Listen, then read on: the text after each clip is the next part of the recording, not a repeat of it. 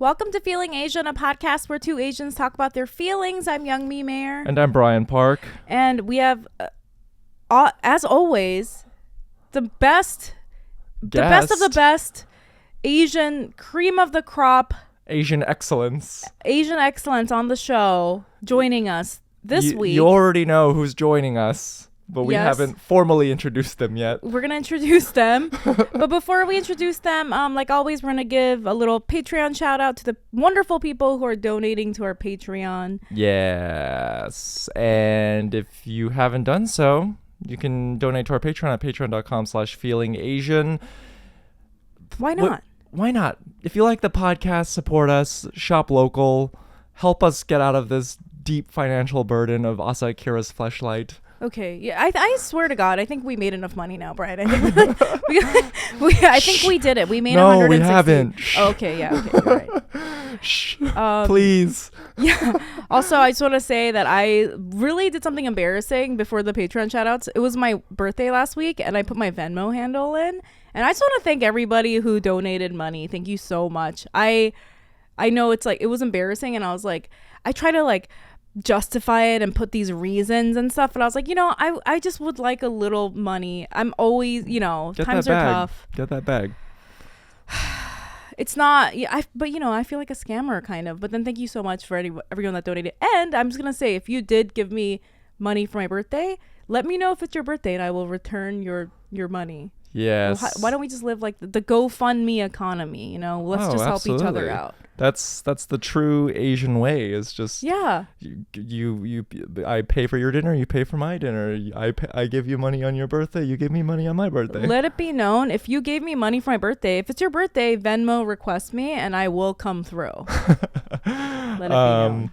But yeah, let's do you want to jump into these Patreon shout outs? Or just donate to the Patreon. Yeah. Let's shout out these wonderful people. Who's our first person? Our first person is Eunice. I'm so sorry, Eunice, but that is like such a Korean church name, and I know we say that all the time. I know we always say that. We're like, Grace Kim, Korean church. But Eunice is even more than Grace. Eunice. I have to go stereotypical with this one. Eunice is the like, any Asian women listening to this, or I guess any woman, I don't know what it was like. When I was in grade school, there was like the most powerful clique of fucking Korean girls, and they were terrifying. So much scarier, I feel like, than like white mean girls, like Lindsay Lohan, whatever. They were in first grade. They rained the fucking playground with such a gusto, and like I feel like the top person. I know. I'm getting flashbacks. Flashbacks to my time in Korea.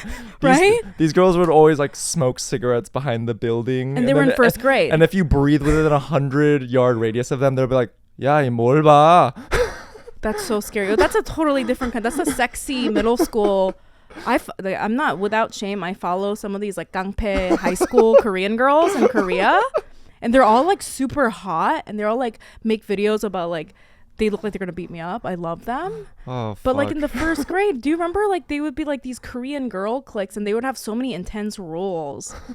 And I remember they wouldn't talk to me for months because they said that I had boy hands. Anyway, are you gonna be okay? No, I'm still fucking recovering from that. Anyways, I have so many funny stories. Thank you, Eunice. Thank you, Eunice. Our next shout out goes out to Helen. Come on. That was the number 2. What's the name in like Korea? James, like the gangpe, the gangster roles. Eunice is number 1. Helen is the number 2.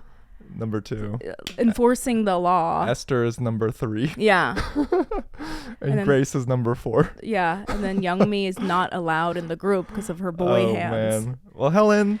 Thank you, Helen. Thank you for supporting us. Our next shout out goes out to... I know so many Helens. I wonder if this is one of my friend Helens. I love all Helens. Shout out to Jeremy Sengley. Sengley. I have this very stereotypical like Asian idea of what an Asian Jeremy looks like. Because I feel like I know like 2 or 3 Asian Jeremies. They're always like half Japanese or Japanese, always like muscular and like have a tan because they are into like mountain biking or something. That's the kind of Asian Jeremy I know. Yeah, all the Jeremys I know are kind of crunchy in that way. Yeah, like always ripped. Love to rock climb and go camping. Right? Yeah. That's an Asian Jeremy right there. Jeremy Sangley has on his Hinge profile that he loves the outdoors. Yeah. Yeah. All right, next shout out goes out to Misa Miyagawa. What vibes are you getting, Brian? Oh man, I'm gonna get canceled. I was hoping that you wouldn't say I go. Well, I was gonna ask you because I feel like I was taking the lead on all of them. I was gonna say figure skater, but it's because I'm thinking of Christy Yamaguchi. Wow. You know what? I'm standing by it. Misa Miyagawa, also an amazing figure skater. It does sound like this person, the vibe I'm getting is she has like a Elegance. hobby, that she could almost do professionally, like that. You know what I mean? Like a figure, like she figure skates for fun, but she's actually a data she's so good at it. scientist. Yeah. But she also has That's a hobby the where vibe she I'm could be getting. the best. Or like she plays the cello. Humble or something. queen. You know what I mean? Humble queen. Yeah. I am getting that vibe. Also, I feel like if she met Jeremy, they would like date. I don't know. That's just me being weird. That's a good pairing. Jeremy Sangley and Misa Miyagawa. Right? Jeremy and Misa forever. Yeah. All right, our last shout out for this episode goes out to Jacqueline Eng. Oh, I know this person. Oh, yeah? Right? I don't know her. I feel like this is a friend of the pod. I feel like we interact online a lot. But the vibe I'm getting is like sexy eyeliner. Ooh. You know what I mean? Makeup person. I'm seeing 4 a.m. walking back to her apartment with like smudged eyeliner and leather jacket. Oh yeah, definitely leather jacket. I'm getting leather jacket for sure. Leather jacket, smelling like cigarettes, looking hot as fuck.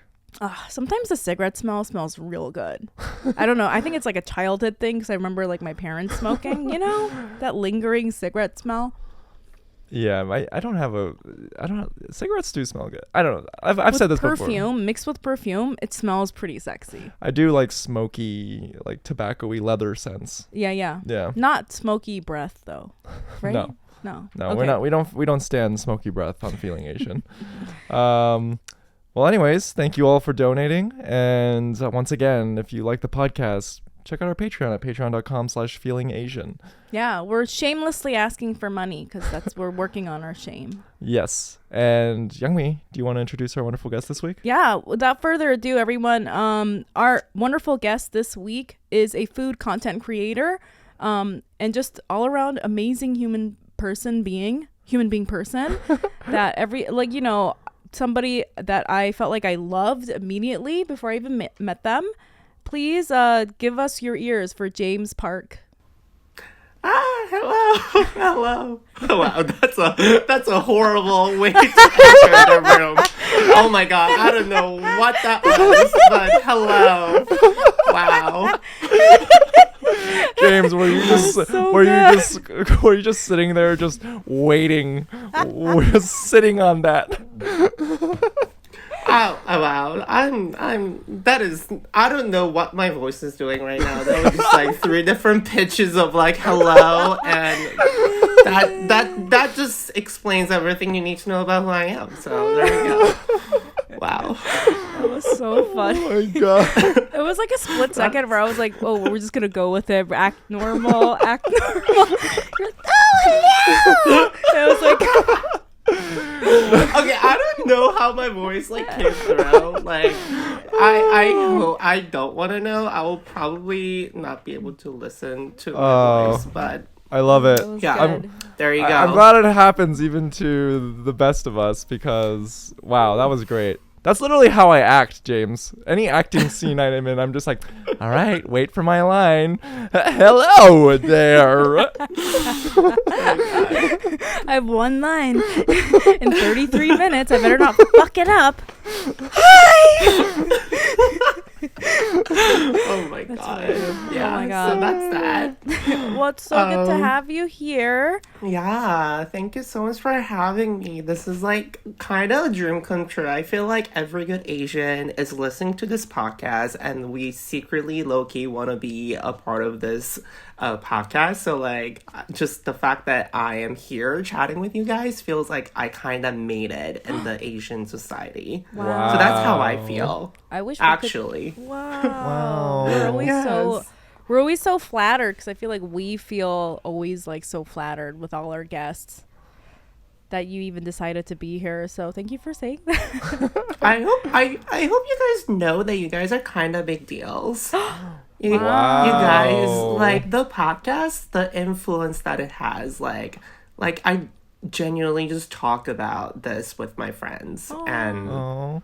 it is really, really amazing that you guys have started this, and I feel like there's a community in a way that I feel kind of so validated listening to a lot of episodes that I think I cannot get that while listening to other podcasts. So yeah, I just want you to know that because, you know, Asians are really bad at giving ourselves credit. So I have become this person of giving credits when it's due. And I think you guys deserve that recognition Wow. whenever God, thank possible. you. Damn, So wow. I think please this is know the that. this is the best start of an episode ever, I know Young Mi. vibes are amazing. Vibes are immaculate right now. Yeah. You know, can I just say something before we talk about the feelings? And I Yeah. know that we've brought this up a lot when we talk about when people give you compliments and like not being able to take that. It's like, I mean, just like you saying that right now made me feel really uncomfortable. But then I remember having this discovery in therapy, and I'm gonna fucking butcher this, but like, but apparently it's like the feeling of not being able to accept a compliment is kind of similar to like when you can't accept someone's love, or you know what I mean, like, you know, like when I think a lot of people have this issue, like when you're in a relationship, you like fully can't believe that this other person is in love with you or whatever. Yeah. And it might feel like it's a humble feeling, like, oh, like I'm so humble, I don't want to accept compliments, but it's like actually sort of a mean and controlling thing. Oh, this is like me personally what I discovered in therapy, because it's like, it's almost like to accept it is to be vulnerable and open, and like you don't want to give that to the other person. You know what I mean? So when I made that discovery in therapy, that's when I was like, I have to work on accepting this. You know, like, so for when James, like, because the act of trying to give somebody a compliment is like very loving, and for that other person not to accept it, it feels really bad. You know what I mean?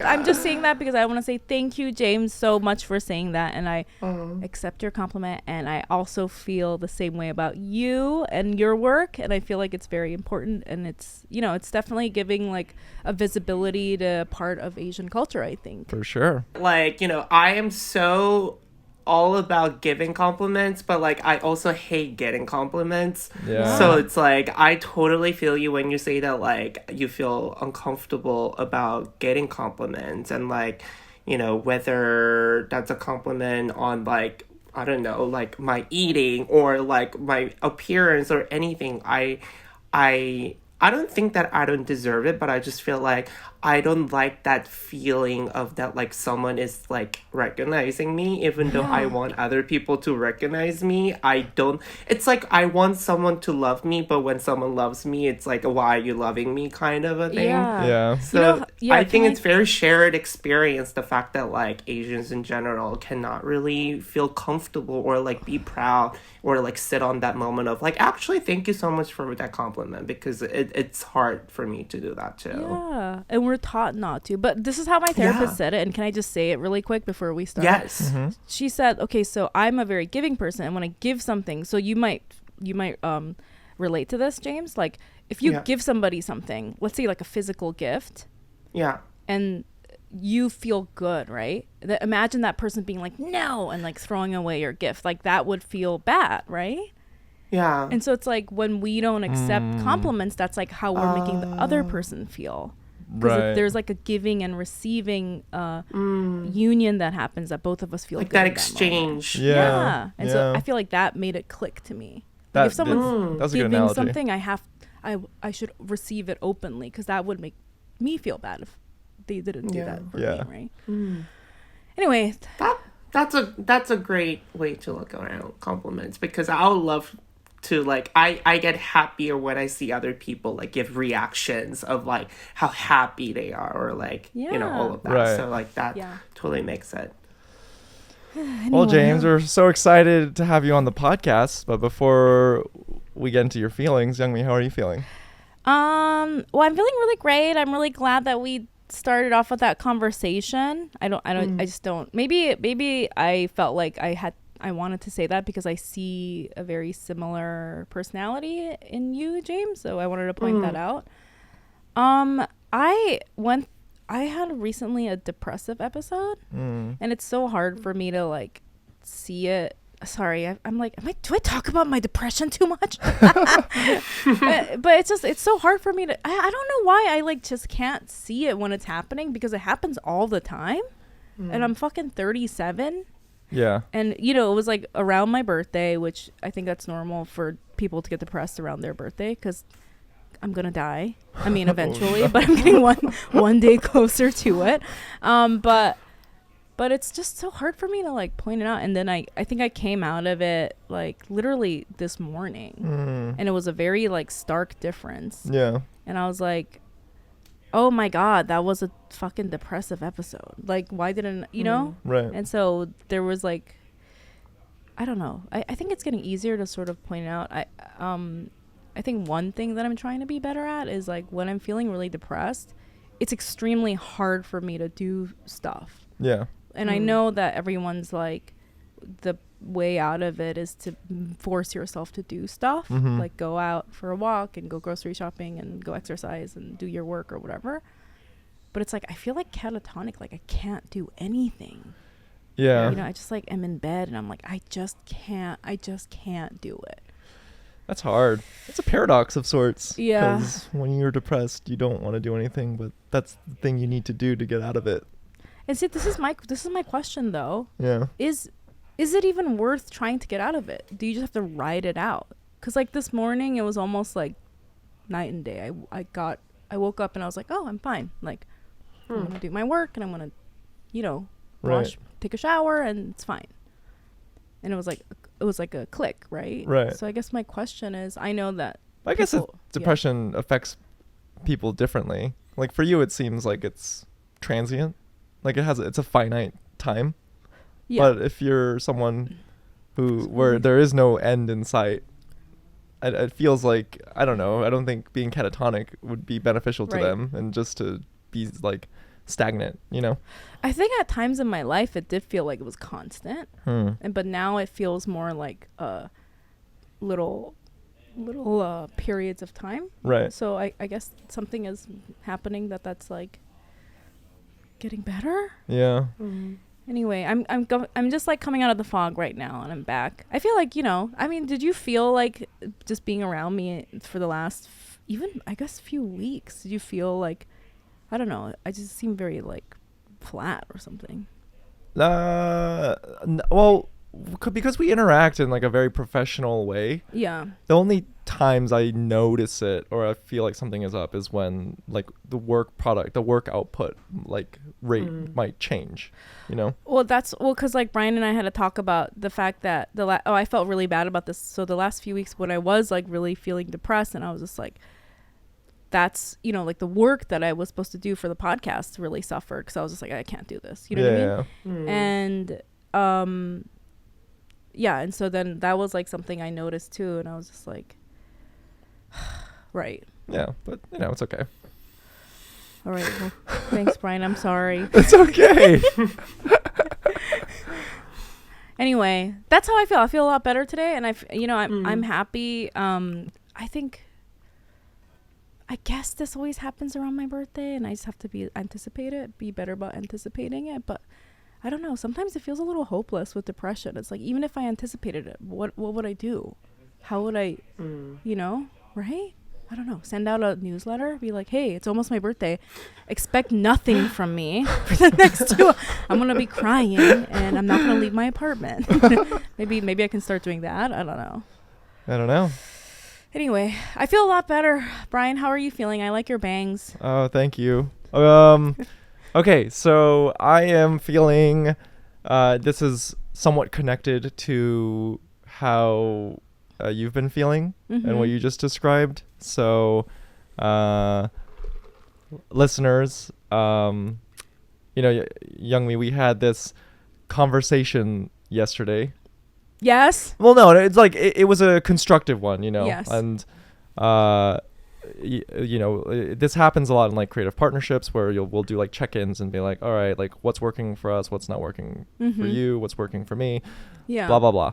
And then you wrote me this email. I sure did. You wrote me an email expressing your frustrations with me, which is totally valid because I have frustrations, like, but again, this is like, I'm glad that we can have this open like communication between us where we don't have to like feel like, I would rather know if you're frustrated with me about things rather than have you like sit on it and then harbor resentment, and then like that the net outcome is worse when that happens, I feel. Yeah. And there was a particular part in the email that you wrote to me that cut me to the core in a constructive way, though. Oh, no. No, Okay. It cut me to the core in a constructive way because you expressed to me that, and the reason why it impacted me so much is because this is feedback that I've gotten from multiple friends, like a lot, like even outside of this professional relationship we've had. And you said that I can be overly critical, and you wrote, you don't want to speak on my feelings, but just as from your perception that it feels like I do it out of impulse, like it's just out of a reaction. I said, this is my perception, so like, please, not that this is true, but it seems like an impulse. Yes. And the reason why, and that really affected me because it's the number one complaint that I have about my dad. Yeah. And I'm like, and it's not obviously, I'm 31 now. I can have these kinds of conversations with my parents and I've told them, I'm like, I love you. You show me love in so many ways, but I just wish you weren't so critical. Like, you're so overly critical, very pessimistic, very cynical. Yeah. And I've been on the receiving end of that, and I don't like knowing that I am now like becoming that. Do you know what I'm saying? I'm becoming the very thing that I like, the number one thing that I dislike about my one of my parents. Do you know what I'm saying? Yeah. So I don't like the fact that I am like falling into that pattern that hurt me so much for so long. Yeah. Does that make sense? Of course. Yeah. Well, you know what? Sorry, I'm going to bring up therapy again. Okay. You know what my therapist said was the stuff that, my mom does to me that's the most painful to me. Yeah. A lot of time, like what you said, I will mirror that behavior and things that she would say to other people. And my therapist was like, well, that's like her voice coming out. That's not your voice. You know what I mean? So like the fact that you have like you don't like that because that's your dad's actions coming through your body or something. That might not be true for you, but that was like a very big thing for me, I think. Yeah, no, but you're total like, and again, everything you said was like 100% true. And so I'm like, okay, I'm glad that you told me this because that fucking sucks. No one wants to be around someone who's always like criticizing and being kind of a negative Nancy and pessimistic. That's just not fun to be around, But I'm going to say this, like, this is what I just like to briefly say what I said in the email. I think that you are coming from a place where you're trying to be constructive. Like, I think that you, like, whenever, like, so the email was about us working on ideas. Sorry, James, Sure. I feel like we didn't forget James is here. Like, us working on ideas together, which we do a lot. Yeah. And, like, your approach is, it's like, this is my perception again, but it feels like you're always coming from a place of criticism. Like, if I have a new idea, it's always like, oh, I don't, well, what, there's this problem with this, blah, Yeah, blah, blah. yeah. There's been it's rare if ever, like, you're just like, oh, that's a great idea, let's do that, Yeah. But I perceived it as you were trying to be constructive. Do you know what I mean? And like making sure to perfect and hone the idea. But it is kind of But like upon exhausting. further examination, it's fucking exhausting. It's so direct to the point that it seems kind of harmful, and I can convey the same messages but in a different language. Do you know what I mean? And I'm noticing that about myself, where it always comes from like a pessimistic outlook, like it's not gonna work for this reason, this is why it's bad, or like this is why I don't like it, versus like, oh, I like the direction this is going, maybe if we tweak this it could be really good, I like the start of, you know what I mean? Yeah. And yeah, but the thing is, I often come around on a lot of your ideas. Like the impulse is like, I don't think that's good, and then I'll sit on it for a few hours and then be like, actually I like it. And I'm like, that is literally, why is that? It's just, that means it's just a fucking impulse in me. Like that's like, without thinking, I'm already going to a place of like criticism. Let's be critical of this, Yeah. Especially because I'm coming around, like I'll come around on it after I've like marinated in it. Right. Versus just, it's not hard to be like amped and optimistic. Like that's the kind of energy. I mean, we see so many slogans around the world, like good vibes only, positive vibes, like you receive the energy that you emit. And I'm having to confront the fact that I'm like I emit a lot of negative energy, and I don't like that about myself, because I've been on the receiving end of it. I know how much it hurts. I know how much it sucks, but it's okay, Yeah. Well, I wanted to say thank you so much for listening to me. And I thought you were like, I was like really impressed that you were just like, oh, like that, that seems valid. And, you just heard me. Do you know what I mean? Because it's like hard. I felt like a little nervous to like email you about it. Because, when you're like bringing up something to somebody, the usual response is, there's so many toxic ways that people respond. Like they gaslight you and they deny that that's true and they argue with you, but you just like were very open. You're like, I can see your point and I understand what you said. And I think that that's huge. I think most people like just are not able to do that at all. Oh, well, thank you. But everything you did say was true. And I'm glad that I can, you put a language to it and I can recognize it. So hopefully I can rectify it. Well, this is why the Feeling Asian team is so strong, everyone. We listen to each other, and then we grow as friends. James, how are you feeling? How am I feeling? I'm feeling like, I am ready for good things, like I am at this transitional phase that like I'm leaving my job next week, I'm starting a new job next year, there's been a new project in works that's really exciting, and I think I also went through a similar phase of like months of feeling like I've been stuck. I feel like I haven't really climb up in a way that I wanted to, with pandemic and everything. And like, I felt like I kind of lost that spark for a while.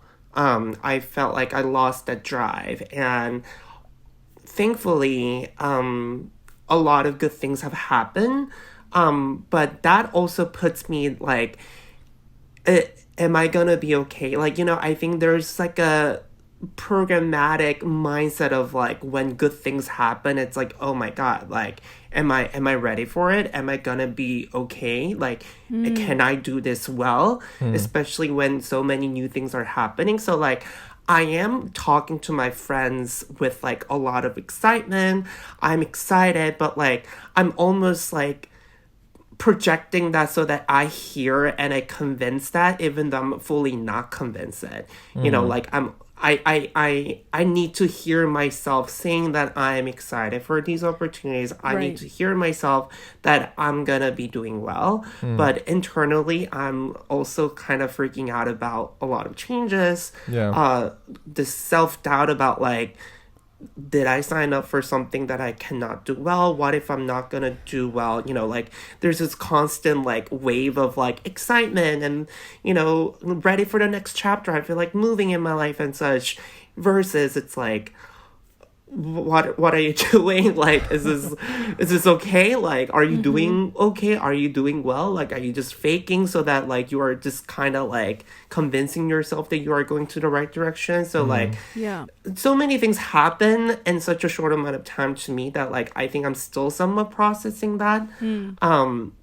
So that's just kind of like generally how I been feeling, and I feel that today as well. I feel like you really like put perfectly all the emotions that come around big changes in somebody's life. It's like Yeah. excitement but then like fear, you know, like it's just all these big emotions wrapped into one. Like, this is so exciting. Am I gonna do well? Am I happy about this? Yeah. Yeah. Yeah. Yeah. Exactly. So Wow. I don't know. I think as you could have tell from the earlier, I've been more vocal about just positive affirmation. I've been more vocal about giving credits to myself, giving credits to other people, just so that I am acting, at least I'm acting to that person, because if I'm like not acting like that, I think I'm gonna fall into that deep of like constant self-doubt, constant kind of like discourage, and my self-critic is like my biggest enemy in a way. So like, Yeah. thanks to my therapy, I think I just try to be that person. I try to give myself that credit. I try to be the cheerleader to other people. And whether I'm actually doing that because I believe it, or I'm just acting so that I can hopefully really be that person, time will tell. But I am becoming more vocal about saying nice things to myself, letting myself hear the excitement so that I am actually convinced that's how I feel. It's like you Wow. sometimes do have to fake it till you make it. Yeah, I was gonna say that's an incredibly great practice to My exercise. entire life has been fake it, or fake it till you make it. Like, that is my entire life, actually. So that's a great motto. Laugh until you really start laughing. If Yeah. you fake laugh, at one point you do start just actually laughing. Because you know what? That's what my mom taught me. My mom actually has been like a laugh therapist. Oh, and really? Oh, wow. She Whoa. actually like got degrees and like took classes and went around What? cities and taught like elders and like students about the power of laugh. And whoa. a part of I know my mom is an incredible human being, and I'm so proud of her. And like, I got that from her. And like, she, whenever we FaceTime, she will be like, I will be her student, and I'm like actually practicing her exercises, and like she would just like make me just, James, you should just laugh. Let's just laugh for like 10 minutes. And like, she will really start, and like, I will start laughing with her, and like she has that energy, and I want to bring that energy to a lot of people. So yeah, I believe in that. I'm gonna start laughing. I'm gonna do that laugh practice. Yeah, I feel fake like laugh. I've seen videos of people doing that. I'm gonna do that for 10 Totally. minutes a day. Should we start doing that? I'm down. There's a whole Korean community, and there's a whole Korean books about the power of laugh, because I think there's a science about, even though you are fake laughing, like the endorphins and like your body wouldn't know that you are fake laughing, so you're Yeah. getting all the benefits of actually laughing. So like, you should totally just like spend like a few minutes just really, vocally, loudly laugh and like clap, and it will actually help you feel better. I have to say, like, raising Mino since he was a little kid, and I know like people probably have a lot of ideas about this. Every time like he did anything funny or like if I ever saw anything funny, I would point it out and like laugh, and he laughs so much now. It's like sometimes I'll just be like, we'll be reading a book and I'll see like one of the characters turns around, so I'm like, look at the butt, and then we'll like he'll like cry laugh at that. Yeah, I feel like these little practices, but I feel like I could see it. He like laughs so easily because I feel like I like made like a point to always try to make him laugh.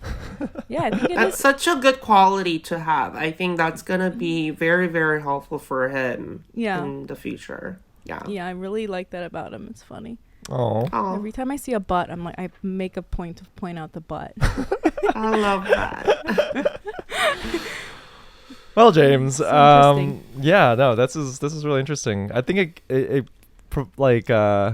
gives us a lens into your own personal work, because I feel that your online personality as a food content creator, it's so vibrant and really like positive, and like watching your videos, it always like makes me smile because you have this infectious energy in your videos that shines through. Thank you. And just in general, I feel like your online presence as a food media personality feels very fresh and new.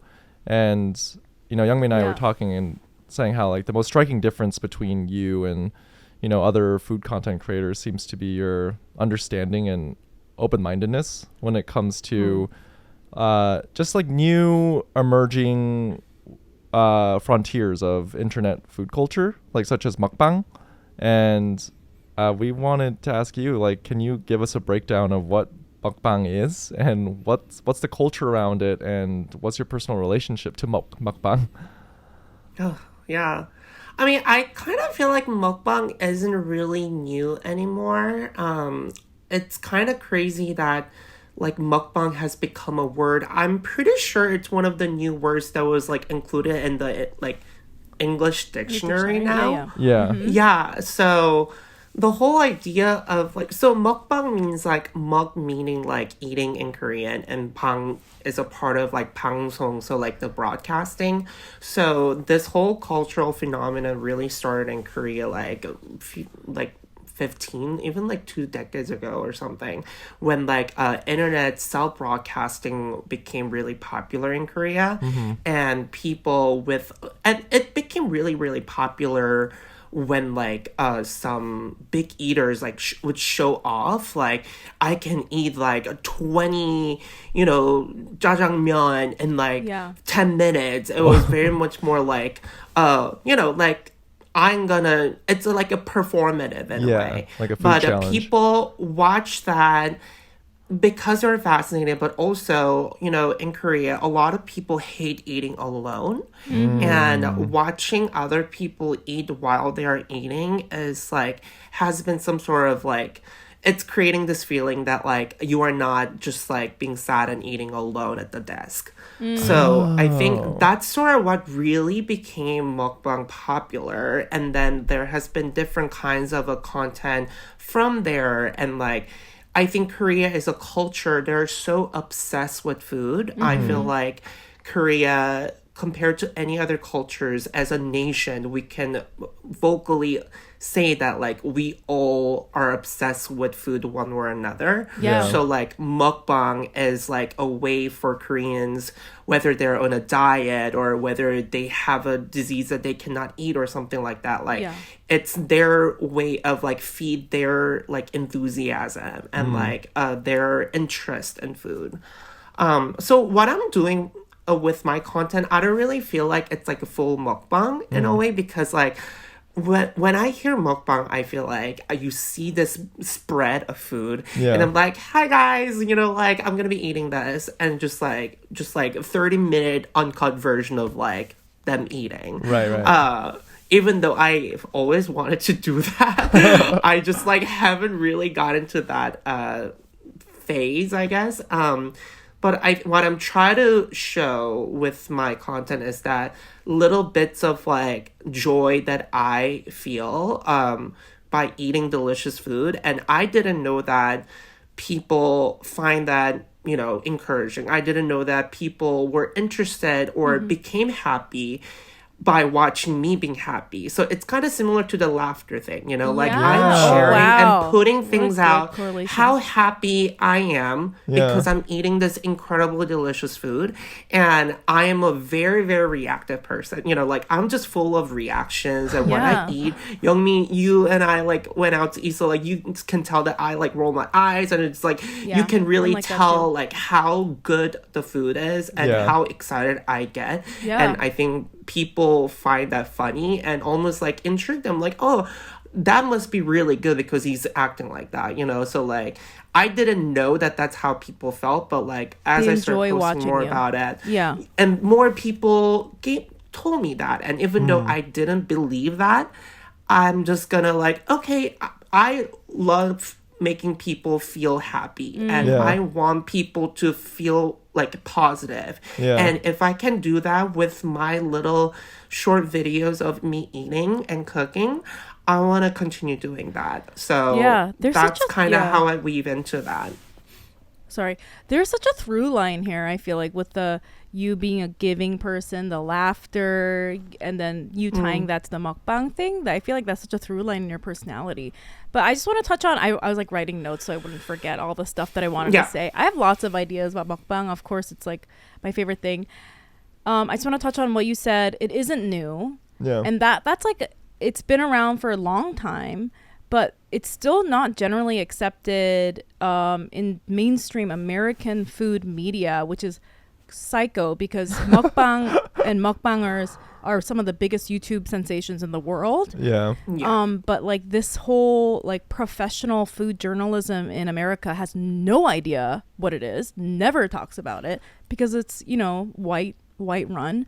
It's Yeah. kind of like K-pop in that way. Like everyone Yeah. in the world is obsessed with it, but white people are like, we're not going to talk about that. So I wanted to touch on the fact that it isn't new.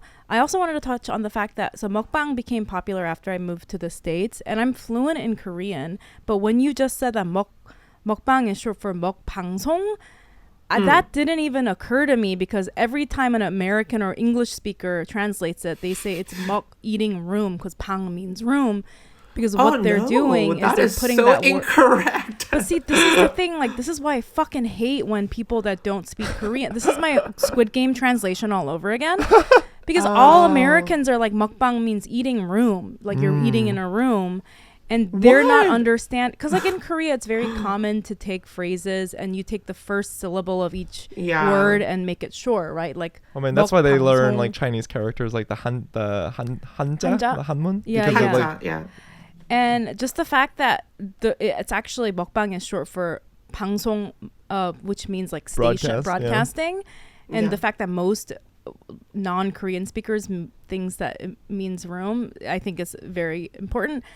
I also I'm like reading down these like list of points that I wrote down while you were talking. Yes. Also, I think the mukbang thing in Korea is very big, and the reason why there's so many big Korean internet people and cultural things that come out of Korea is because I don't think a lot of people know this. In the late 90s, when the internet was first invented, the Korean government made a huge effort to make sure that every single Korean person had the internet cheaply. And overnight, it was like, I remember going to Korea in 1998. Overnight, every single person had the internet. And that's why they were like on top of all these internet trends in South Korea. And then two other points about the mukbang thing. What you were saying, James, about how Koreans like eat, how people find joy in watching you eat. There is this culture in Korea that I think people don't really know, that outside of mukbang and people that do mukbang, every Korean person picks up this habit of eating like 맛있게, like in a delicious way, because it's a big part of our culture that when you're eating in front of somebody, you make it look very enjoyable, whether there's a camera there or not, just in front of your friends. And so when Korean people eat, they're always like and like even with each other's friends, they like do a little dance, and there's like trends that people do while they're eating, whether it's like a certain way that you put the spoon in your mouth or a certain thing that you say. I think also I've seen like Japanese people do this too. Do you know what I mean? And Yeah. It's like, itadakimasu. yeah, it's like Yeah. it's cute Yeah. and fun, and friends do that. All the mukbang motions that we enjoy watching, Koreans do. and that was just a big part of the culture even before they started putting it online. Yeah.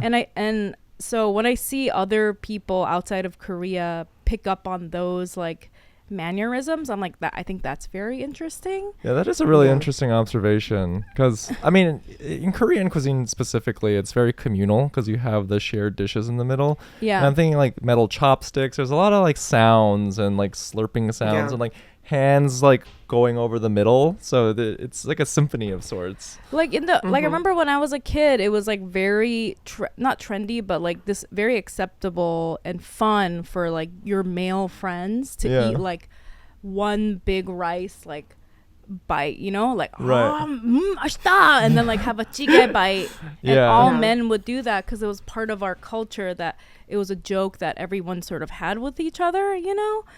And like or like how and you see that now in extreme in mukbang, like how you like make one bite with a big kimchi. Now it's like a whole kimchi and they put it over a rice, and they're like, you know, like that, but it's like an exaggeration of what Koreans have been doing for a long time.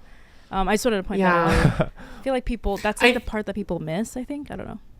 Yeah, like my parents always told me that like, so there's a phrase in Korean called like 참 복스럽게 먹는다. So like that means that like like you are eating with like luck. Just with beaming of like luck. I guess 복 is like it's giving me luck to watch you. Like, so it's like yeah. Because I have been so expressive.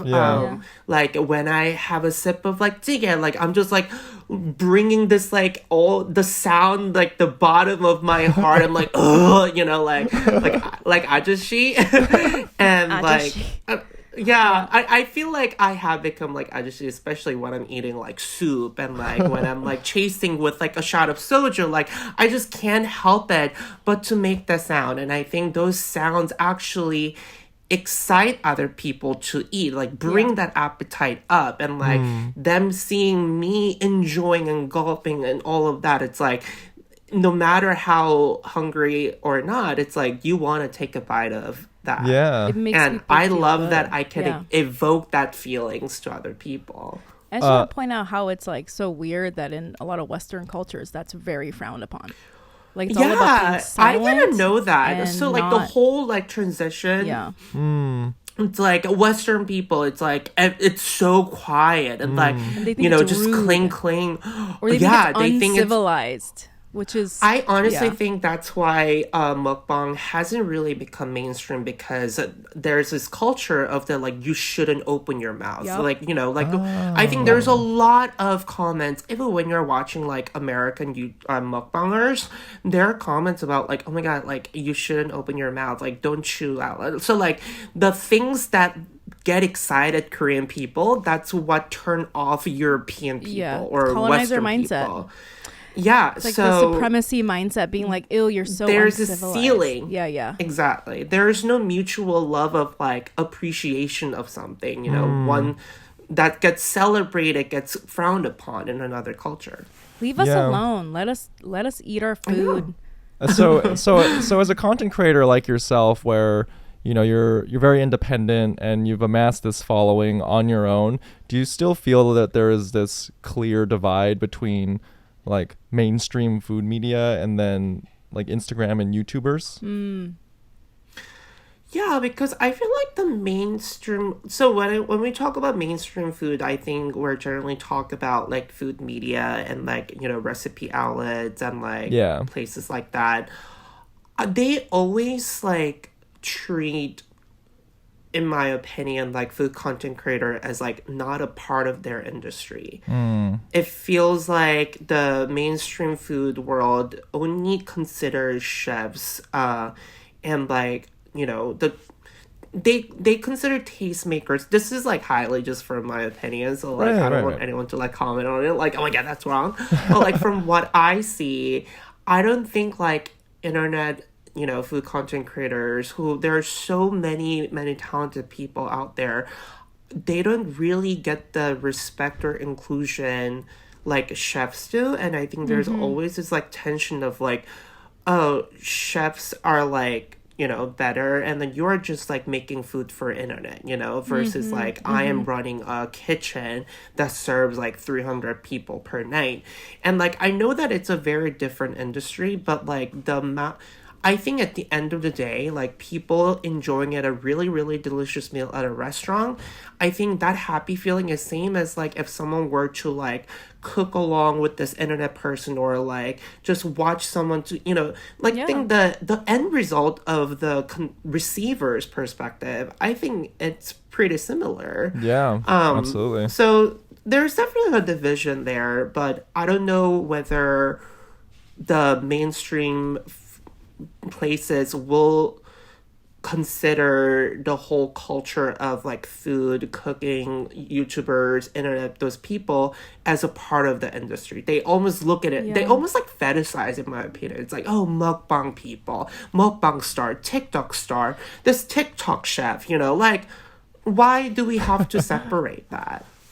Yeah, and the interesting my whole like what I find so interesting about the like how the professional food media and chef world like sort of pushes internet food people like into this whole like, oh, that they're not as good as us, is that the internet food personalities now have millions of followers. It's like a huge phenomenon, whereas in food media is literally disappearing overnight. Yeah. And no one reads Bon Appetit Well, anymore. I was or, gonna like, say, even in my own personal like restaurant choices, let's say 10 years ago, I would go to like Eater or go to an actual food media website. But now I get most of my recommendations from like Instagram accounts like yours and like food influencers. Literally every time you post a restaurant, I go there. Where I'm like, I went there. I feel so. I'm like, I'm so savvy. I went where James went already. But I can't. I can't remember I swear to God, I feel like the last 5 restaurants you posted, I literally went within the week after you posted. Oh my God.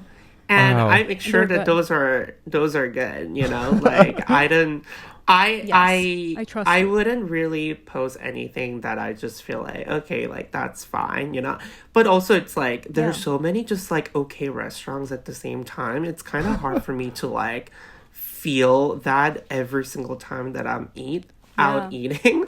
So yeah, like I know that like I think I'm very appreciative that people trust me for that. So I kind of feel this responsibility of like I'm not posting everything just for the sake of like posting. Like I want to make sure that I know that people actually like will go to places, and like I know the food is very subjective, but at least I want it to be like, I really had a good time eating here, and like I hope you have a good time here too.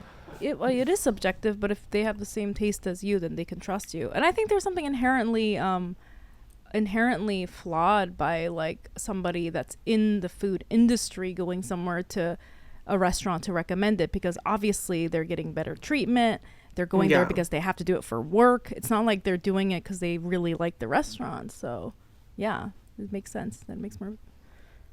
I have this kind of inside baseball question, but I'm coming at it from my experience as a comedian. Like the more I've done comedy, the less I find myself laughing in movies and stuff, because I'm just like consuming comedy all the time, that at this point I just like recognize like when something's funny, but it's very rare. It'll have to be something really like crazy and out there that really surprises me, that makes me laugh now. Does that kind of happen to you now that you've done the food content creation like pretty passionately for a while now? Like, have you noticed like your taste becoming much more discerning, and like the bar is like so high now that you are like surprised or wowed by a restaurant or like a food item? So the funny thing is that like after all those, like whether my professional career and everything, the level of enthusiasm and obsession hasn't changed. I feel like it's getting bigger and bigger. And like, in a way, I thought about this a lot because people around me told me that like my obsession of food is consuming me. It's like you need to have something that's not food, like, and Why, though? Why? I love that's all I like to do. I ask myself, and Yeah. you know, there are people with hobbies. You know, like I'm sure you guys do something and enjoy doing something that's related to like, you know, you guys being like comedians or podcasts. Like there are certain things that like you do for fun, right? Right. But like Yeah.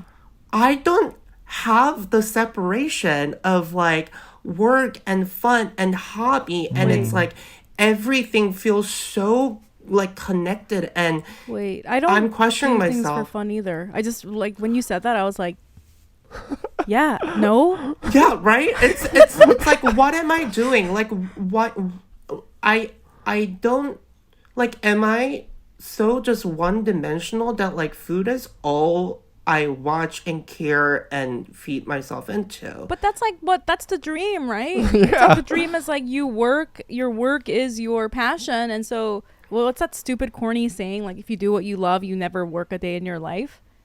I feel like that too. Like I don't have any hobbies outside of what I like to do, because what I like to do is what I do. But food is straight up a necessity. Like we all need to Right. eat food to survive. It's But one of some the people basic just- tenets of being a human being. So Well, you're some just people eat food, like, maximizing the pleasure enjoyment, experience of yeah. that. I have this thing, James. Obviously, we're Yeah. different. Like, but I have this thing where I get fucking angry if I eat something and it's not good. Like Oh, me everything too. I have to eat has to bring me the most joy. Whether it's, and I'm not saying it's like fancy. I'm like, sometimes it's like a white toast with like mayonnaise on, you know, or whatever. Like, Yum. it just has to make. It just has to taste really, really good. I get really angry when I eat something, and especially if I pay for something that's horrible. I have to eat something else to counterbalance Me that. too. It's like I need to eat something that will make me feel better because this is like horrible. And because, you know, another thing that I like really want to talk here is that so many people think that I'm like constantly eating, and like how are you eating so much, and like you somewhat stay fit.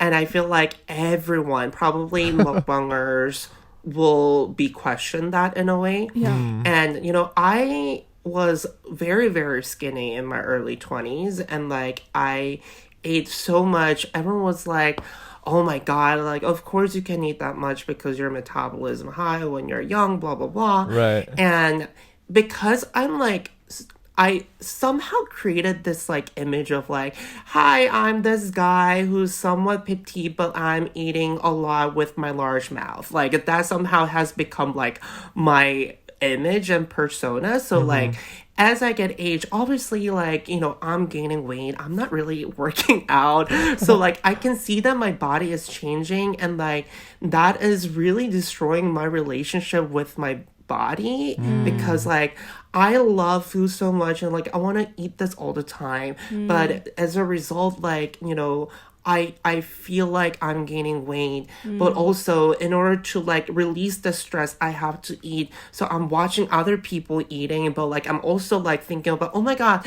I'm so jealous that this person is eating all this much and like not gaining weight. How is he doing that? So I'm like going through this cycle of like hating it and loving it, and like also using food as a like therapy to change that feeling, but also going back to like, oh my god, I look so fat, I ate so much. It's like, So psychological. I want a break sometimes. I need wow. a break, but I don't know what to do for that break.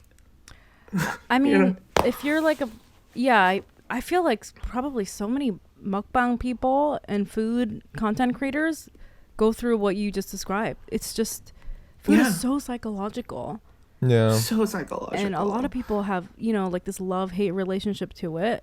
I feel like most people do. Well, for sure. And it's just like, it's so hard. I'm glad that you brought that up.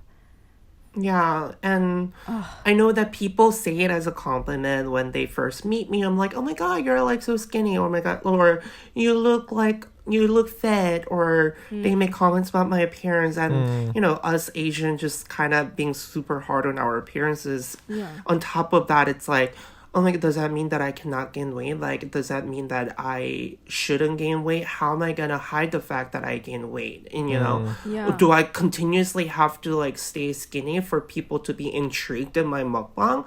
Will I be like losing my sense of like brand identity if I get like fatter and chunkier and continuously eat? Like, am I just not gonna, all of these horrible things are just like crowding my thoughts. Yeah, I think a lot of creators experience what you just described, like how how toxic that sort of toxic mindset can like permeate your life and make you reevaluate the things that you once loved. And even in comedy too, I think a lot of comedians like will justify bad behavior. There's no, okay, not bad, let me say, will justify impulsive behavior because as you've heard it time and time again, it's like, well, I know this is a bad decision, but at least I'll get a bit out of it. I'll like get a good joke out of it. And then it just becomes this like cycle where why am I keep making these impulsive decisions, but then at the same time, like if I don't, is that going to hurt my comedy? And, yeah. It really like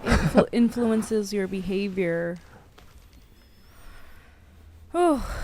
Yeah, so just wanted to like, I think it's important to talk about it. I'm really glad you brought that up. A lot of people don't really think that food brings a lot of joy to me, but also brings a lot of like that toxic thoughts to me, and I never really talk about it because I want my platform to be the positive place. So like I often don't really have I don't share these kind of thoughts, but I go through that every single day. Wow. I'm so glad you brought that up, James. I didn't even think of that. And also, I think being a content creator is so much of you just show the good part of it, right? Oh my god, yeah. There are so many bad parts about comparison. I'm horrible at myself comparing to other people. There are times that I spend hours just like analyzing other people's success so that how I can be that successful. How did this person film this mukbang that got so many views? What about this mukbang that is successful? What about this mukbang that stands out to other people? Like I'm questioning all of this and like just getting nitty gritty of like their comments, the angle, like how can I bring this to myself? And like I think it's helpful. I need to constantly learn. I need to improve my skills as a content creator and other things. But when my mindset isn't quite like at a good level, I dig deeper hole of like losing confidence. Oh my god, like what's the point of all of this? Like I'm never gonna be as good as they are.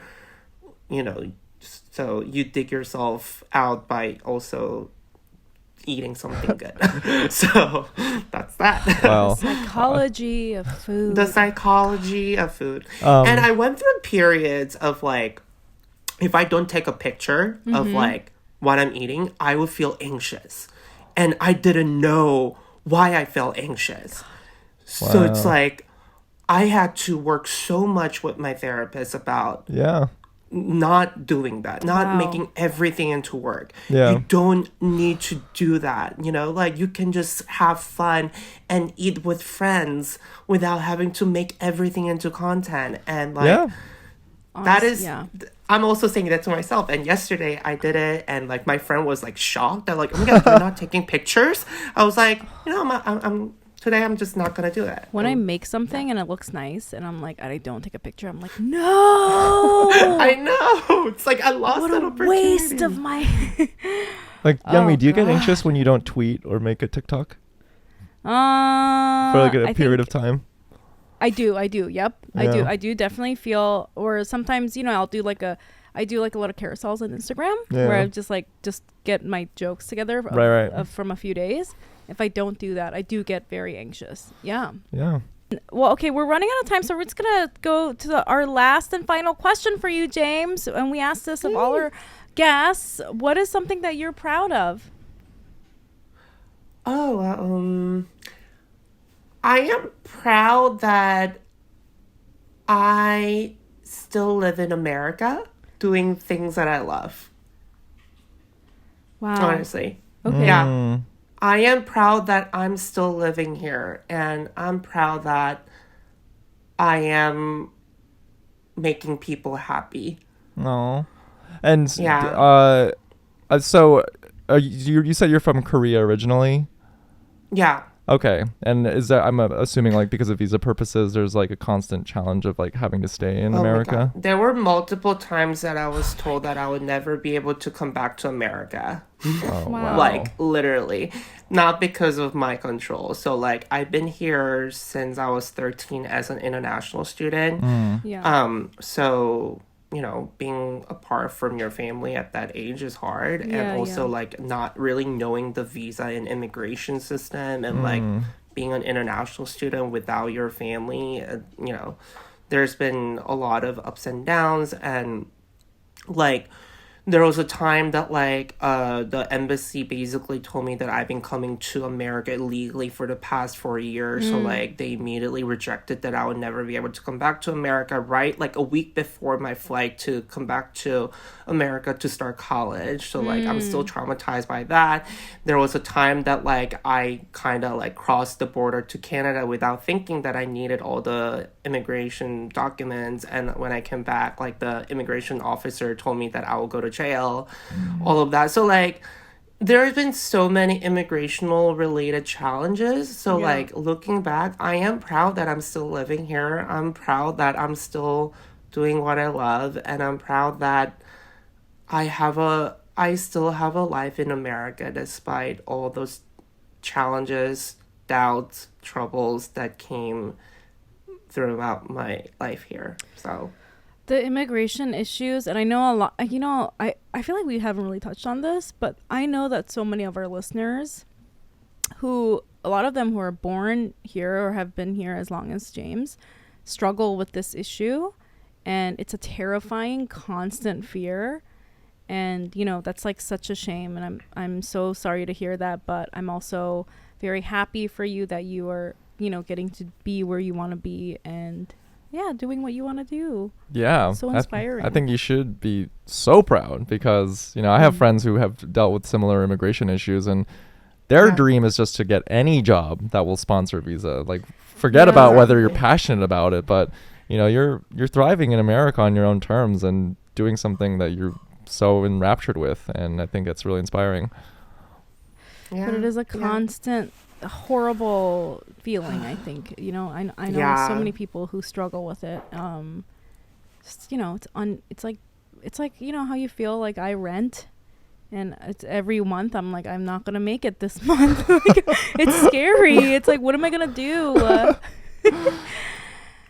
It's like that fear will never leave. Yeah, And despite my, status in America, I don't think I will ever feel secure in America. In a way. So like, even a few years ago when like there was a whole thing about like international students being kicked out of America, like feeling so vulnerable that like, I love being in America, but sometimes and many times I feel like America doesn't really love me back, kind of a thing, and I don't feel secure my place in America. So I'm trying to be thankful that I have a job. I'm trying to be thankful that I can have a happy life, and I hope to continue to create that path for me. Yeah. Well, James, for our listeners, where can they find all of your amazing work? They can find me on Instagram at Jamesyworld, and if you come to my platforms, I hope I make you smile, and I hope I inspire you to eat your feelings as well. Oh, your feelings. I was gonna say just really Yes. quick before I ask Brian social. I think America does love you. I think everyone here does love you, and that's just a fucking shame that this is just a shitty country that elected Donald fucking Trump for president for 4 years. Don't think we forgot. Oh God. We rather have James than Donald Trump. Let's just say that. How about you, Brian? Where can we find you on social media? You guys can find me on socials at It's Brian Park. And what about you, Youngmi? YM Mayor and then Youngmi Mayor on TikTok. Please follow our podcast at Feeling Asian Podcast everywhere. We have a YouTube channel. We have Patreon. We have a TikTok. And come to our live show. TikTok. Yeah. Yeah. Right. I think that's it. Bye. Thank you.